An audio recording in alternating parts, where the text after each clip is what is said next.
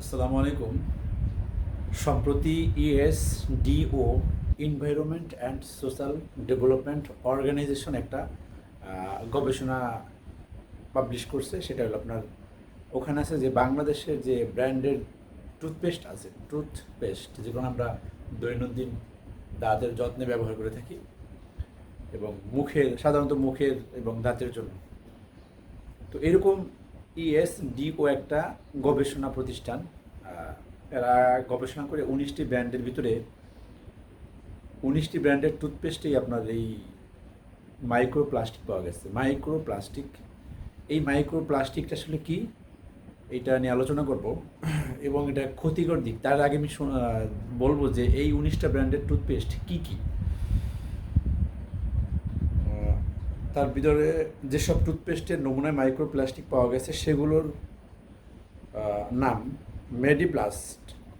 মেডিপ্লাস্টের রকম আছে, Mediplus fluoride gel, তারপরে close up red hot, close up menthol fresh, তারপর আছে কোডোমো আল্ট্রাশিল্ড ফর্মুলা, তারপরে সিগন্যাল সিগন্যাল গ্রিন টি, তারপর Pepsodent advance salt, Himalaya complete care, তারপর সেন্সুডাইন ফ্রেশ মিন্ট,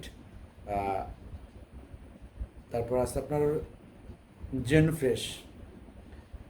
ফ্রেশ, তারপর আসলে আপনার parachute just for baby mango, মানে বেবিদের জন্য। দেখেন আপনার এই বেবিরা কিন্তু, এটা কিন্তু একটা ইম্পর্টেন্ট জিনিস।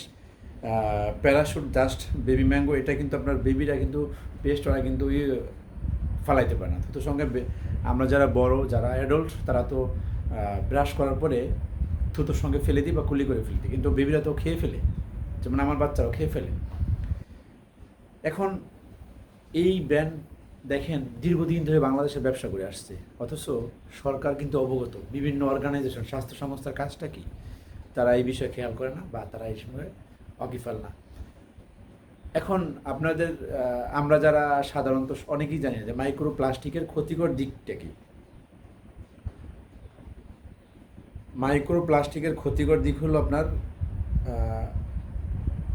মাইক্রোপ্লাস্টিকে থাকা টুথপেস্ট নিয়ে উদ্বেগের কারণ আছে, তবে ঝুঁকির মাত্রা এখনও পুরোপুরি নিশ্চিত নয়। সম্ভাব্য ক্ষতিগুলো হলো মুখ দিয়ে খুব ছোট প্লাস্টিক কণা শরীরে প্রবেশ করতে পারে, দীর্ঘদিন ধরে শরীরে জমতে পারে বলে গবেষণায় উদ্বেগ প্রকাশ করা হয়েছে। কিছু গবেষণায় ইনফ্লেমেশন কোষের ক্ষতি হয়, কোষের ক্ষতি হয় এবং হরমোনের উপর সম্ভাব্য প্রভাবের কথা বলা হয়েছে। তবে মানুষের ক্ষেত্রে এসব প্রভাব কতটা তা এখনও নিশ্চিত প্রমাণিত নয়। ভালো খবর হলো ব্রাশ করার সময় বেশিরভাগ টুথপেস্ট থুতুর সঙ্গে ফেলে দেওয়া হয়, তাই শরীরের প্রবেশের পরিমাণ তুলনামূলকভাবে কম হতে পারে। যদি বিকল্প পাওয়া যায় তাহলে মাইক্রোপ্লাস্টিক মুক্ত টুথপেস্ট ব্যবহার বা বেছে নেওয়াই ভালো। আপনি এখন এই বিষয়টা আপনি খেয়াল রাখবেন যে আপনি দেখা যাবে এই মাইক্রোপ্লাস্টিক একটা পর্যায়ে শরীরে জমতে জমতে আপনার হরমোনাল, এখন তো দেখা যায় মানুষের বেশিরভাগই হরমোনাল সমস্যা প্রবলেম হইতেছে, হরমোনাল যেই প্রবলেমগুলো হইতেছে দেখেন আপনার প্রায় মানুষের এই হইতেছে। আর দাঁতের সমস্যা তো অহরহর, আপনার দাঁত অনেকের মাড়ি ক্যান্সার হয়ে যায়, হ্যাঁ, এই দাঁত থেকে তো নানান রকম সমস্যা হয়ে যায়। দেখো সরকার এই বিষয়ে কী পদক্ষেপ নেয়, এইটা অ্যাকচুয়ালি জানারও বিষয় যে সরকার কি আসলে। দেখেন আপনি খাবার, আপনি কী খাবার খাবেন, সব খাবারই এই বড় বড় ব্র্যান্ডগুলো ঝামেলা পাতায় রাখে। ওদের অসাধু মানে কার্যকলাপ তারা প্রতিষ্ঠিত করে। হ্যাঁ, এখানে সরকার দলীয় যারা আপনার এই প্রশাসনের লোক আছে তাদেরকে ঘুষ টুস খায়, তারা এই সমস্ত ব্যবসা দিব্যি করে যাচ্ছে, অথচ সরকার এই বিষয়ে কোনো পদক্ষেপ নেবে না, বা নেবে কী করবে না করবে সরকার দেখবে।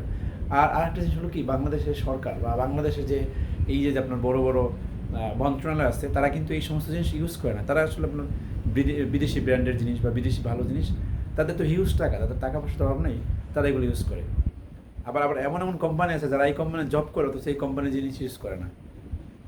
তো সাধারণ মানুষের জন্য উদ্বেগের বিষয়, এবং এই উদ্বেগ বিষয়ে সরকার এখন কি পদক্ষেপ নেবে এটাই দেখার বিষয়। আমি মনে করি যে সরকার এখন উচিত দ্রুত এটাকে যাচাই বাছাই করে সঠিক তথ্য সংগ্রহ করে এই প্রতিষ্ঠানগুলোকে যদি তারা আইন বহির্ভূত কাজ করে, মানে নীতিমালা অনুযায়ী কাজ না করে, সেক্ষেত্রে শাস্তির আওতা আনা উচিত, আমি মনে করি এটা। আপনারাও আপনাদের মতামত জানাবেন। আল্লাহ হাফেজ।